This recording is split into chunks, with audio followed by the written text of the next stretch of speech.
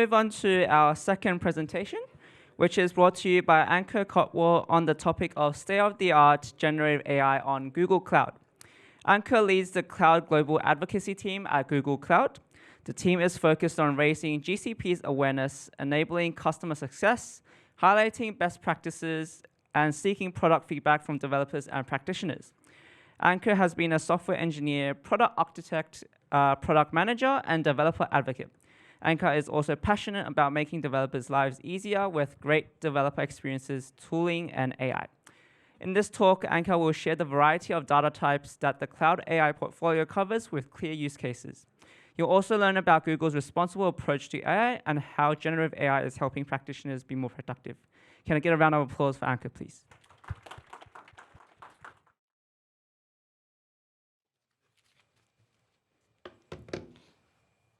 Hey everybody, now we get to have the awkward silence while I get this set up. Let's see how we go.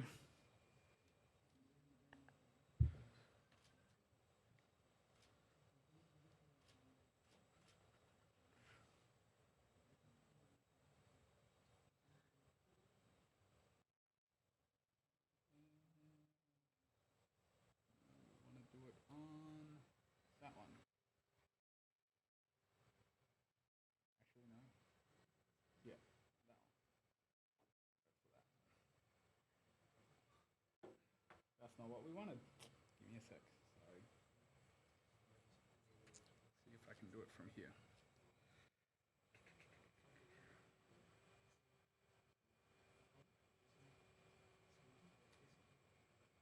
All right.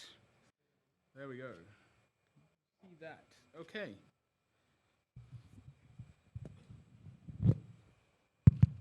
I like to walk around. Good evening, everybody. My name is Ankur Kotwal. I am a developer advocate on the Google Cloud team. I'm based here in Sydney. I've been in Google for 12 and a half years. It is great to see everybody. I've been coming to meetups since before I joined Google, and actually before it was called GDG, it used to be called the Google Technology User Group, and I actually got this role originally as an Android developer advocate because I made some connections through the GDG meetup. So I'm really happy that you're here, and I have not seen a regular sort of monthly meetup or bi-monthly have this big an audience for quite some time in Sydney. So thank you for coming. Thanks to Matt's organization. Matt, yes, where is Matt? I don't see him, but I hope he can hear us. Matt is amazing, and thank you for the call out. He's great. So I'm here today to talk to you about generative AI on Google Cloud, and in particular, the bleeding edge of it. What is the latest and greatest that Google has brought to market? I sat down, and as I was preparing this presentation, I knew why I was here, but I started to get thinking about, like, well, why might you be here? And I think one of the reasons that you might be here is because I think that you could be part of a unique group of innovators, disruptors, and creators who have the vision to build something new. And generative AI opens doors in ways that things that were hard or impossible seem a lot easier. It makes us a lot more productive. So I think that one of the ways you can think about this is not that you're here to think outside the box, but to create a new box. And so you may be wondering, generative AI, you've heard a lot about it. We heard ChatGPT mentioned earlier. There's a number of generative AI products, Midjourney, if any of you are using image generation and so on. So why is it that we're in this place right now? Why is now the time for generative AI? Why didn't it happen a few years ago? Why did it happen now and not a few years from now? Well, I think there's a few things, and it's got to do with the culmination of many years of work and a kind of perfect storm. Because to train a large language model requires an enormous amount of data, it requires an enormous amount of compute, and because of all of that, it takes an enormous amount of time and can be quite expensive. And the thing that's changed over the last few years, and we've been building up to this, so it's not like a 1 or 2 years, is scalable infrastructure. the hyperscalers, the big cloud providers, because now you have access to that compute at the click of a few buttons. You don't have to procure it, wait for it to arrive, spend a lot of money up front. You can go and run experiments very quickly. You can provision new infrastructure within seconds. And so now we have that compute to do it. You can then deploy your models and reach users at different corners of the world. And you will make sure, you will be able to make sure that they get the same experience no matter where they are, whether they're on a laptop with great connectivity or even on a mobile device. So that's the infrastructure piece. But then we needed foundation models, large language models. They're called large, they're huge models because they're trained on this massive amount of data, unsupervised, and they are trained to broadly solve lots of use cases. Right? They're very general purpose in terms of the kinds of problems that they can solve. And I'm going to talk to you about Gemini, which is Google's latest and greatest, in a minute. We then, at Google Cloud, we offer multiple platforms or layers on top of that. So we have Google AI Studio, where you can go and experiment with Gemini. You can just grab an API key and start calling an API and code against it. But if you then want to take that model and you want to customize it, if you want to tune it for your use cases, if you want to deploy it and have massive enterprise scale and quality, we have a whole platform for that that's called Vertex AI. And sitting on top of all of this is Duet AI. Duet AI reimagines the way that you can interact with cloud, with not just Google Cloud, with the way that we should interact with these cloud services. And I'm going to talk about all of this. I'm going to start by talking about Gemini, though. I mentioned, how many of you have heard of Gemini at this point? Yeah, a good chunk of folks. So Gemini is our largest and most capable AI model. Google has been making AI models for a long time. Initially, we were using it for a lot of our internal production services, things like Gmail, spam filtering. Google Photos was a real pioneer when it launched, I think in 2015, where you could recognize people and objects and location just visually. Gemini is the culmination of all of those years of work, and we released it in December, mid-December. So what makes Gemini special over some of the other models that we've had? Well, firstly, it is multimodal. What this means is that Gemini can understand text, it can understand images, audio, video, and all in one model, and you can cross those modalities. So now it opens up a whole bunch of new interesting use cases. A lot of the other models that you may have used are not multimodal. This is something that Gemini is bringing, is one of the first. The next is that Gemini has very good capabilities in reasoning. So you can feed it a huge amount of data, and it can extract insights for you at digital speeds. It's super fast. And the other thing about Gemini is it understands code. It's really good at code. In fact, when we were gearing up to launch Gemini publicly, we ran it against some public benchmarks, coding benchmarks, as well as some internal ones. And Gemini Ultra was the best that we could find in the market in terms of an LLM. Now, you might have heard me use the word Gemini Ultra. You might say, oh, where did that Ultra word sneak in? One of the other things that makes Gemini special is that there are different variations of it. So we have this model called Gemini Ultra, which is our most capable and our largest model for highly complex tasks. It's actually not out yet. We are working with a number of partners. It's coming to market very shortly. And then we have Gemini Pro. Gemini Pro is our best model for scaling across a wide range of tasks. And if you've used Google Bard, you will, recently, since Gemini launched, Google Bard is also powered by Gemini Pro. When I showed you AI Studio and Vertex AI, when you interact with those now and in Vertex AI, you can deploy Gemini Pro for your own use cases. So it is readily available. And then we have Gemini Nano, which is our most efficient model for on-device tasks. So depending on what amount of compute you have, what use cases you have, we have models that fit your needs. They can scale up and down. Today, I'm going to talk to you about two areas: Vertex AI, and Duet AI. Now, I mentioned earlier that Vertex AI is our AI platform for all things to do with AI models. Firstly, you can use Vertex AI to discover a whole range of models. Don't be fooled into thinking that Vertex AI is just all about Gemini. It's also not just about Google's models. So, of course, you can find Gemini on there.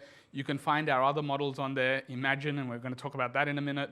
But actually, Model Garden, which is our discovery tool in Vertex AI, has over 130 curated models. We try to bring you some of the best models in the industry, and we work with a lot of industry partners to bring these models.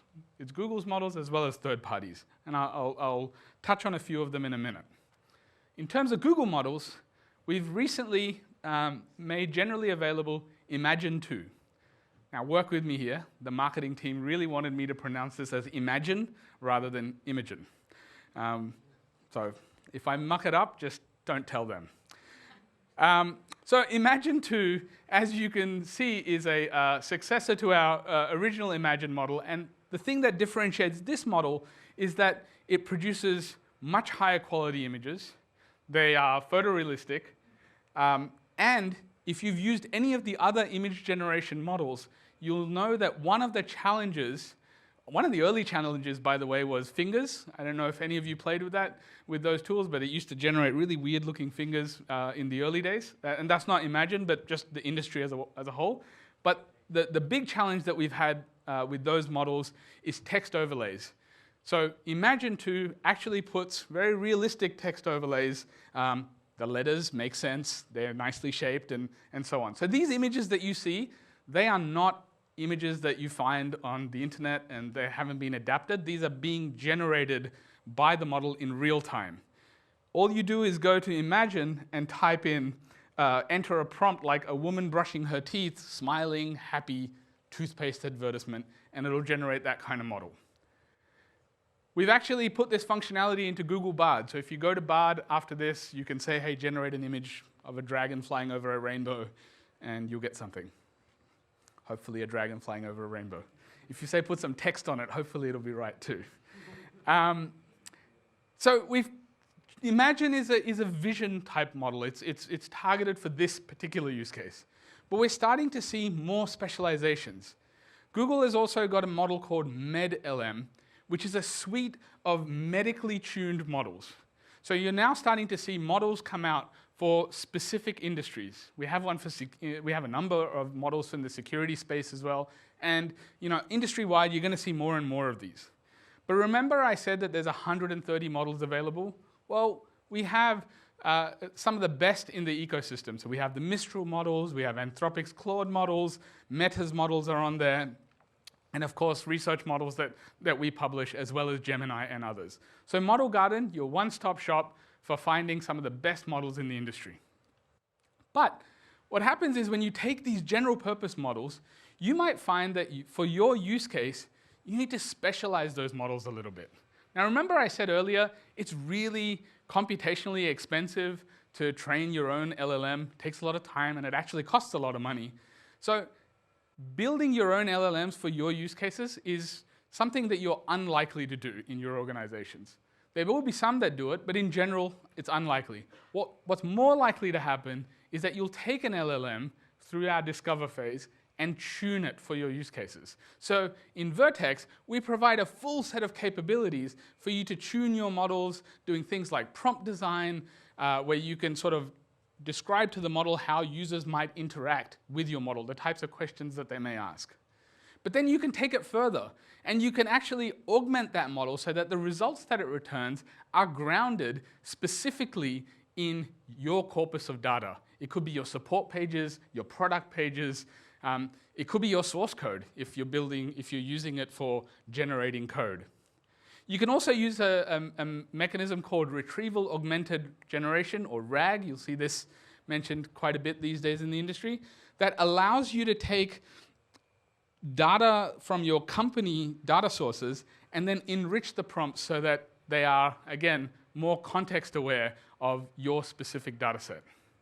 And then, of course, once you have a model and you're happy with it, you want to deploy it. You want to make sure it's available worldwide, and you want to be able to evaluate your model versus other models. And it could be your own model. It could be the current version that's in production versus the next generation model that you're publishing. So Vertex AI provides that full suite of capabilities for you to do that. So that's Vertex AI. It's a platform that allows you to really do whatever you like with one of these models. Take one off the shelf or customize it to your needs. I now want to switch topics and talk about Duet AI. How many of you have heard of Duet AI? Not many. So that's an opportunity for me, so that's great. So what is Duet AI? Well, let me start off by saying that when we started to think about how AI could help developers, cloud practitioners, security operators, we thought, you know what? Cloud services have been around for quite a while, but the way we use cloud services hasn't really evolved. So we took a stab at this. We wanted to reimagine the way that practitioners, like the folks in this room, use Google Cloud. So think of Duet AI as an assistant that works across all of our Google Cloud products. Now, I'm going to show you some examples, and then I'm going to do a demo as well to sort of reinforce what it is. But Duet AI is trained, as you'd expect, on the best practices for using Google Cloud. And we took an approach, or rather I'll say what we didn't do. We didn't take a one-size-fits-all approach. We realized that different types of practitioners use Google Cloud. You could be a developer. You could be an operator, like a site reliability engineer. You could be a data engineer. You could be a security operator, or a security professional. We made sure that we tailored the Duet AI experience to those types of personas. And we made sure that Duet AI is available across a number of surfaces through Google Cloud. So it's not just one particular window or one particular tool. And I'm going to show you that in a minute. Now, when it came to thinking about developers, the first thing we did was say, what are some of the biggest problems that developers have? We looked at the Stack Overflow developer survey from 2022, and we found out that 62% of developers spend more than half an hour a day searching for solutions. Now, if you're a coder, I'm sure you've done this. You've gone to Google and said, how do I do X, Y, Z? You've gotten a bunch of links from Stack Overflow. You've gone through each of those Stack Overflow links, looked to see if that problem described is similar to yours, and then had to muddle your way through all the conflicting answers that you have, where someone says, yeah, this works for me, and someone else says, this doesn't work as of version 2.0 from the SDK. So ultimately, we're looking to solve solutions. We solve problems. We just want to be productive. And that was one of the areas that we wanted to focus on. The other thing that we saw from this survey is almost half of the respondents said that onboarding against a new code base takes a long time. Bringing a new member on takes a lot of time. I'll be honest, even when I write code and come back to it a few months later, I feel like I don't remember what this does. So it's not just onboarding, it's just sort of understanding code is how I would put it.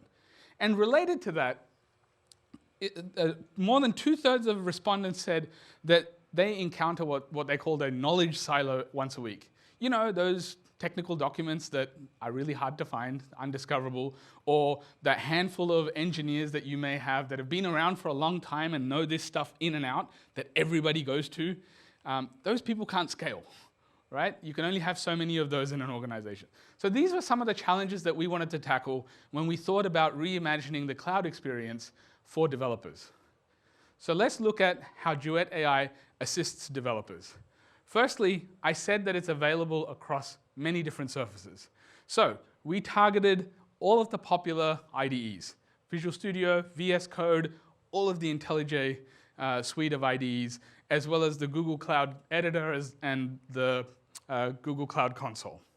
So if you install this extension, Cloud Code, across any of these products, you'll be able to use Duet AI with your code. So now I'm going to go through some scenarios with you to kind of demonstrate the features. So let's imagine that there's an software engineer called Sam, and Sam works at a commercial website, and he wants to use Duet AI to build an online store on GCP. Now, I'm going to apologize because I didn't realize that our screen was so low. So I'm going to describe what's happening here because there's an animation. I hope you can see it, but let me describe it because I realize I've made a mistake. So here we've got some Go code, Golang. Duet AI supports all of your popular programming languages, whether it's Python, Node, Go, Java, C#. It's all, we have that support out of the box. But anyways, coming back to this example, Sam wants to write some code for their service. He wants to call an event counter service. So what Sam has done is gone and added a comment that says call event counter service. He types in the word func for function in Golang, and then asks Duet AI to auto-complete that code. Duet AI understands the context of what Sam is saying, reads that comment, understands the rest of his code, and generates that code for him. Sam can review it, take it as it is, edit it, and move on. Now, taking Sam's example, we're going to carry that forward a little bit. The business is doing well. They're looking to globally expand. They're looking to go to other countries. Now, when you go to other countries, depending on where you go, you need local language support. So in this case, Sam's looking to add support for Hindi, a language in India. It's the official language of India. And so in this case, what he's done is he's declared a function called translate labels, which takes a string array.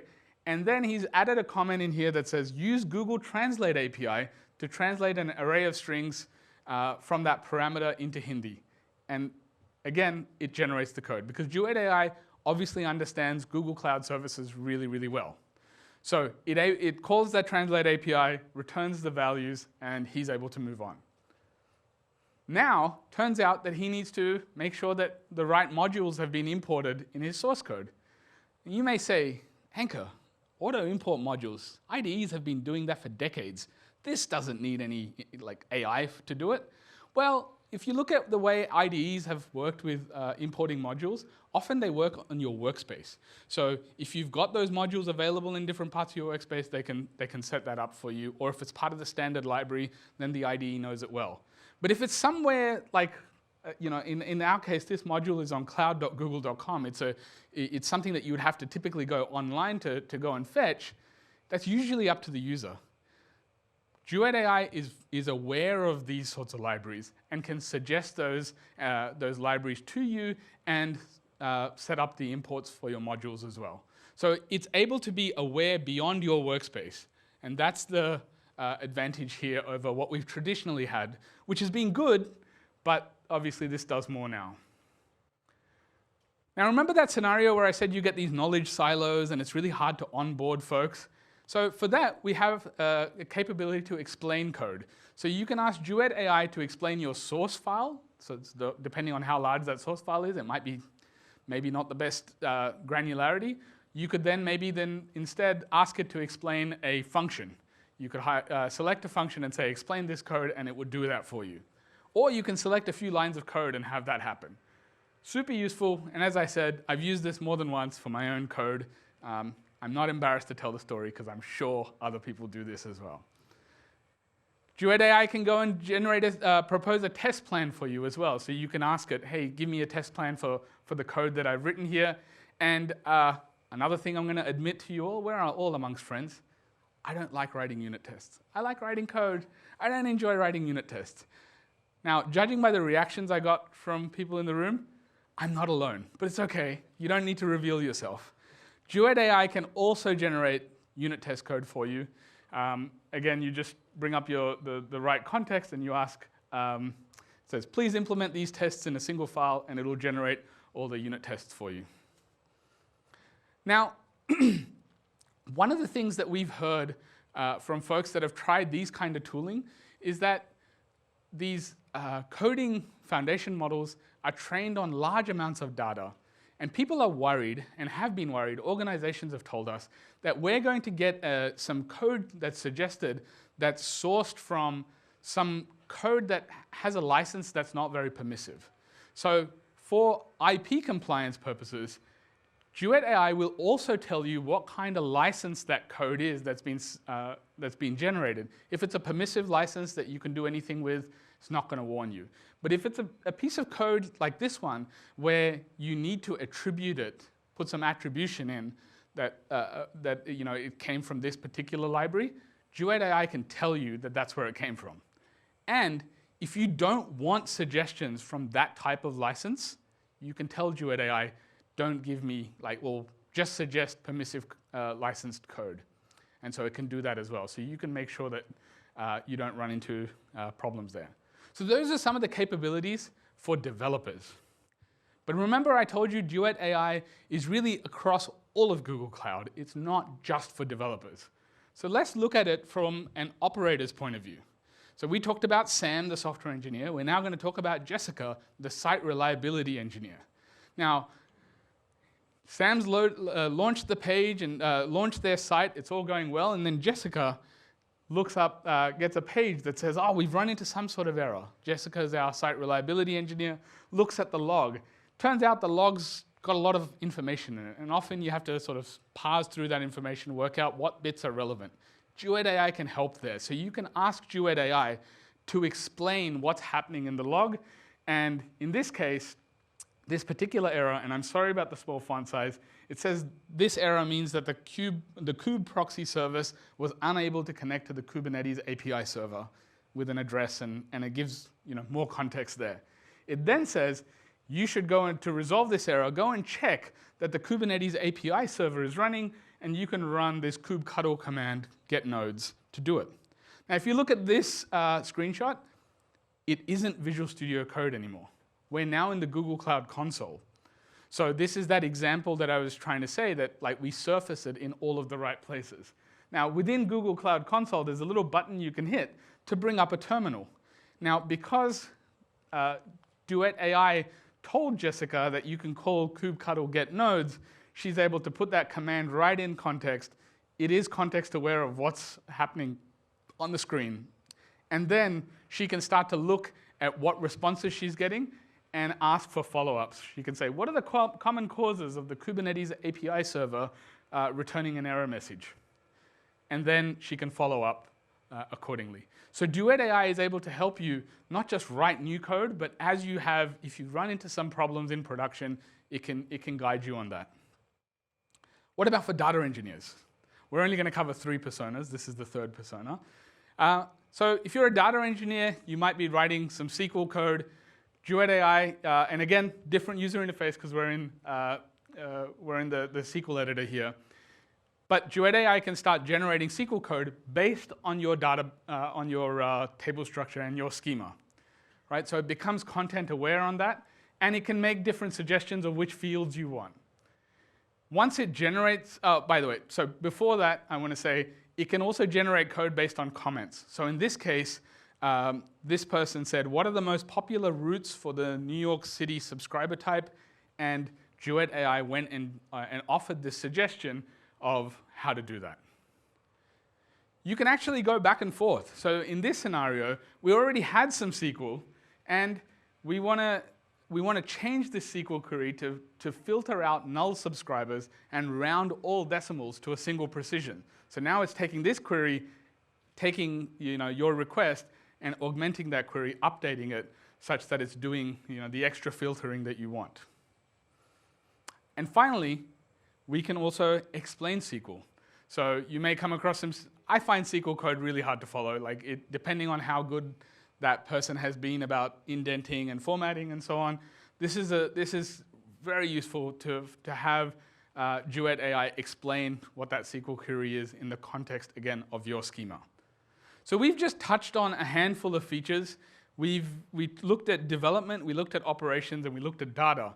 But actually, Duet AI also works in our no-code environment app sheet. Our security capability is vast. It can tell you things like where you are most at risk. It can make recommendations to you about your security posture. If there's a threat detected, it can guide you on how to understand more about that threat, as well as what you can do about it. So Duet AI, when I said it's trying to reimagine the way you use a cloud provider, it really is. It's at every touch point you can get to. So now I'm going to have a quick demo, a live demo. So may the demo gods be in my favor. Let's see if I can stop that. Okay. And I will mirror my screen because it'll be easier. Okay. You all can see that? All right. So we have Visual Studio Code here. I might just zoom in a little bit. Okay.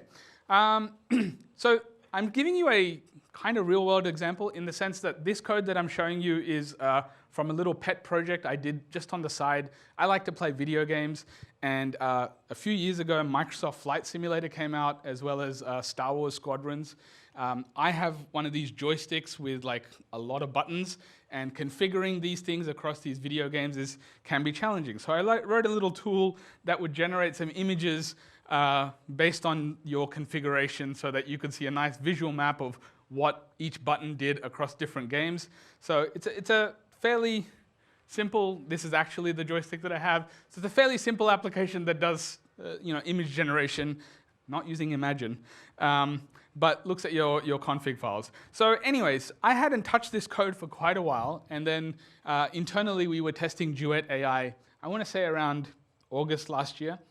And when I was looking at this code, I was sitting there going, I could have done a better job of commenting this code. This is open source, but I'm the sole developer on it, so I think I've been a little bit lazy. So I thought, let's give it a try. And so I've actually played with this, and I've done this before, but I thought I'd use this as a demonstration for you. So right-click this function, load local files, go to Duet AI and say, explain this. And, oh, actually, it says it's working, but I should have cleaned out the history. It's fine. Just going to scroll here. So that's the explain this that I did for this function, load local files. And it basically gives me a full English summary. In English, it gives me a summary of what this function does. It talks about the parameters, and it's accurate. It actually reflects what I do. Now, when I was just playing around with this, I noticed this little strike through. I don't know if you all can see it, but there's a little strike through on this bit of code here, io-util.read file. I didn't know why it was doing that. And when I looked at this code, it's code that I wrote 3 years ago. So I was like, okay, it's old code. Turns out that the Go team deprecated the package io-util. And that's fine. I was like, okay, let's try Duet AI let's get Duet AI's help to fix it. Now I need 2 hands. Okay, so what I'm going to do is select this code. Oops. I'm selecting this code, and I'm saying, how do I fix this deprecation? Now, this is actual code that this happened for. Can you all hear me? Okay? Yep. And so, because I've zoomed in, there's a lot of scrolling here at the moment, but basically I said, how do I fix this deprecation? I had selected this bit of code, and it tells me this function is deprecated. It has been replaced by os.read file. So instead of using the io-util package, I can use os.read file. And it actually says, here's the updated code. So I can just take that code verbatim and copy and paste it. Just for this demo, I'm just going to type in os.read file, and I'll hit save. I don't have a little red squiggly line. I might just kick off a build. And we should see something in the bottom right. It says build working and done. There's no output because Go doesn't give output if it's successful. So the point is, I was able to solve that very easily. When I looked through this source code, turns out there was 3 places where there were different deprecations, and they were all different examples. So again, I'm going to select that line of code, and I'm going to say, how do I fix this deprecation? So I want to show you with 3 examples here because they're all different API calls. To fix this deprecation in io-util.readall, you can use io.readall. So it turned out to be a fairly simple one, but it's actually a different package. I had to use os.readall before. So I hit save. The little red squiggly is gone. Again, I was looking through the code to see if there was any more, and there was one more here. And I'm going to say, how do I fix this deprecation?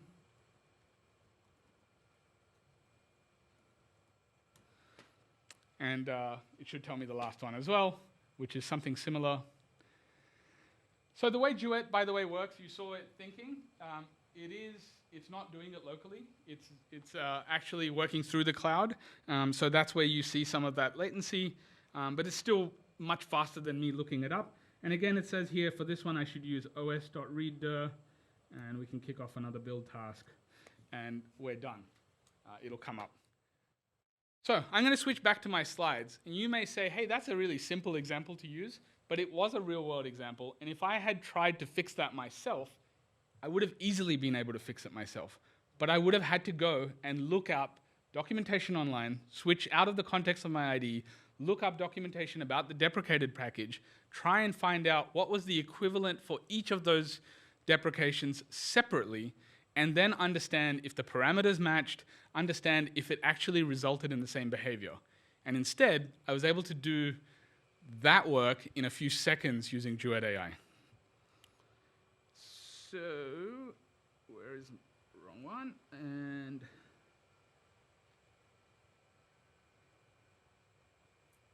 nope. All right, let's see if you can. All right, it's not quite full screen, but close enough. Anyways, so I'm going to wrap up now. Today I've covered some of the state-of-the-art that we have on Google Cloud. We have Gemini, right, which are very powerful models, our latest and greatest. We have Vertex AI, which allows you to take Gemini or other models, and really it's a complete platform on how to deploy and deliver them. And we have Duet AI, which is a way that reimagines the way that you use Google Cloud. Some good news. Duet AI is for a limited time at no cost. So if you go and activate it today, you can go and play around with Duet AI. So I suggest you go grab that link. It's cloud.google.com/duet.ai. I'll let you all take a photo of that because there's something else I want to talk about where you are going to want to take a photo of. And that is, all good? Yep. One of the things with trying out Google Cloud is you have to put your credit card down, even for the free trial.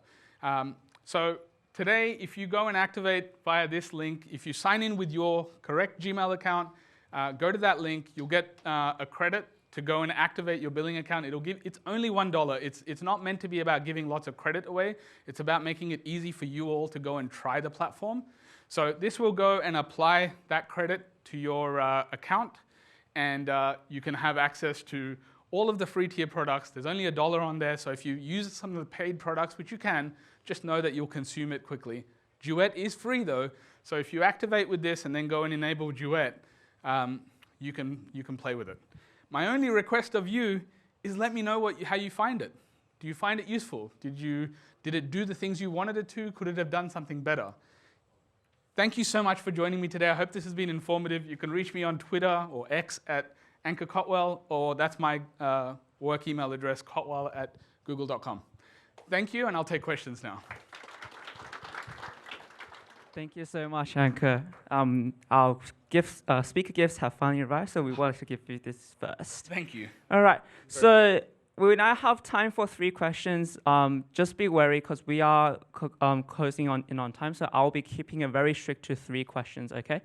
And this is your final chance to be in registering through the raffle. So if you do want to be part of the raffle, please go reach out to Gashan. Gashan has the QR code still, and that's your final chance. Okay, so who has any questions? I have a question. First of all, great talk, Ankur. I really enjoyed it. My question is, you mentioned how good Gemini is when it comes to interpreting code, understanding code, and how easily it can be fine-tuned. So my question is basically, what's stopping these offerings like Copilot and Duet AI from having a feature where it can learn from your existing code base and generate outputs based off of that? Because I see that lacking in all these tools, because I feel like that would make for a better response and write better unit tests, I guess, yeah. Yeah, great question. So my understanding is, how do I get it to be smarter, more intelligent about my code base? So Duet actually does some of that already. It is context aware of what's in your code base. But I think the types of things that you're thinking about is, hey, I want it to fully understand, you may have your own custom libraries that you're using that, is part of your code base. You may have a certain coding style, guidelines that you use and so on. All of the capabilities are there in many of these platforms. It's just this code generation stuff is still quite new. So I know for a fact that that stuff's going to come. I can't give you a happy answer now that, hey, it's already there. It's not. But like every developer tool is heading in that direction of being much more aware and much more intelligent about your code base. So honestly speaking, it's an unsatisfying answer, but it's a matter of time. It's all going to happen. And it's like, I would love for you to say that Duet's the only one that's going to do it. It's not. It's going to be industry-wide. Right? Yes? Sorry. So I guess the best way for Google to stand behind the large language models is to integrate it with Google Search. I know you just mentioned that it's going to happen, but why do you think they haven't done that yet? Yeah, so actually we have, it's an experiment called the Search Generative Experience, SGE. It is launched in the US only at the moment. And in part, there's like different legalities in different countries about how all of that works. Like in Europe, there's complications around GDPR, and now there's a DMA. And so there's legal constraints that we have to make sure that it all abides by. And it's not that it doesn't fit those, it's just they have to get like validated against that. Then you have to make sure that you have proper localization across all of the languages that you support. So in Australia, you'd be like, why can't I just get it? We speak English. But actually, we have got specializations. Like Australian English is slightly different from US English. And so we have launched it in the US. I expect it's going to come to other territories. Hasn't come here yet. But what you said exists. It's called SGE, and you can look it up. Right on. Thank you. Yeah. Last question. Maybe we'll take one from this side of the room. No? Sorry. You jumped the queue.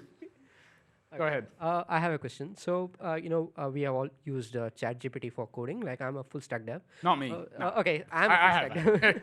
Okay, most of the time, what I see is, ChatGPT is great at providing solutions. Like, if I look up for a code to design a web page or anything, I just get the code straight out of it, and I can implement it. But if I get an error in ChatGPT, let's say, and I paste that error saying that this is what this is the error, fix it for me.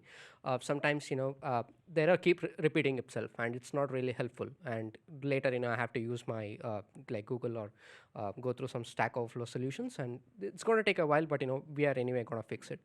How is Duet AI going to handle that situation? Like when we are going to say that it's not helpful, the solution is not helpful, how is that going to happen? So I didn't demonstrate it, but when it gives you the answers, when it gives you responses, there's actually thumbs up and thumbs down buttons. Yeah. And so it takes that feedback. And one, you can actually just in chat, you can say, hey, this wasn't right. I didn't have that particular example here, which didn't work. But one of the things that I told you about Gemini is it's really good at being reasoned with. And so these are capabilities that the industry is moving incredibly fast. And so like we have some of these capabilities. I don't think I could say with confidence that it's like 100% is not going to make any mistakes, because it's just everything's evolving so quickly. Yeah. But it does allow you to give it feedback to say, this I wasn't happy with. And it takes that into account. I don't know if it goes into this infinite loop like you're telling me about your experience with ChatGPT, but you'll have to try that particular scenario. Yep, sure. Thank you. Okay, one final question. Yeah, lucky last. Thank you for the session. It was really informative, and like just last week I was here for another Google Solution Challenge here, and I was really looking forward to hearing about Gemini, and actually I hear someone here talking about it. Because like it was released, but no one was talking about it. Everyone was like ChatGPT. Okay, so first just a follow-up from the previous question. It was like, so I actually used as an extension about like the coding thing, like using it to code, and then like it was an extension to VS Code. But the thing is that about the deprecation, it was always an issue. Even if you ask it to generate, it'll give you on the knowledge base of the previously when you was trained, right? So like you just corrected a 3 years deprecation code to a new one. So I wanted to know like the Copilot, not the Copilot, like the Duet AI. Like how updated is it? Like does it give the real-time update or does it not? How up to date is it? Yeah. Duet AI uses a whole set of like foundation models. So one of the models that like we are actually we've been using an internal model that actually is on Model Garden called Cody. It's now transitioning to Gemini, and so those models continue to keep getting better. Oh. But in the case of answering your specific question, it is actually, in that case, it isn't knowing all of the corpus of like the Go standard library. It is able to interact with VS Code and understand that Go is complaining that this code is deprecated. And then based on that, it's able to do a lookup to say, hey, well, how do I replace the deprecation for that context that I provided it? So it is, the reason I'm not giving you a simple answer is because it actually, it's happening in real time. It's not like it knows that, oh, these are the deprecations I need to look out for. Because I pointed it at that and I said, hey, this is a deprecation, how do I fix it? That's when it's gone and looked things up.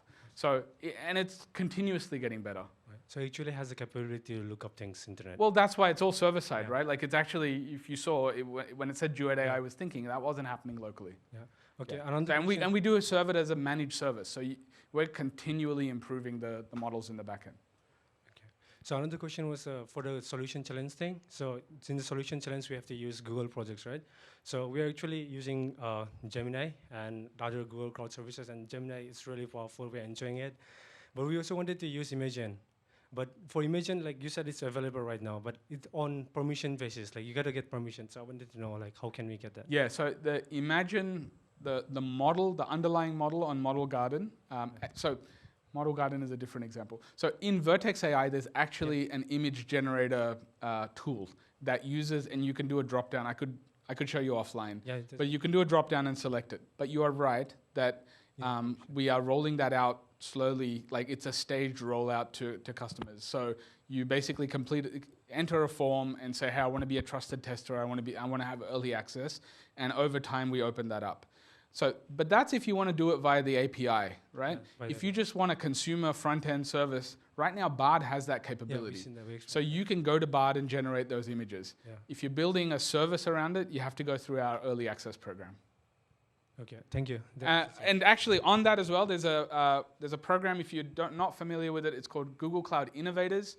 And you can just look that up, and basically that gets you early access to many of our products. So joining Google Cloud Innovators gives you access to some of our exclusive events. It gives you access to communication with Googlers. It also makes you eligible to enter early access for products, and that comes through as part of a weekly newsletter of different updates that we've had to products. So Google Cloud Innovators, look it up.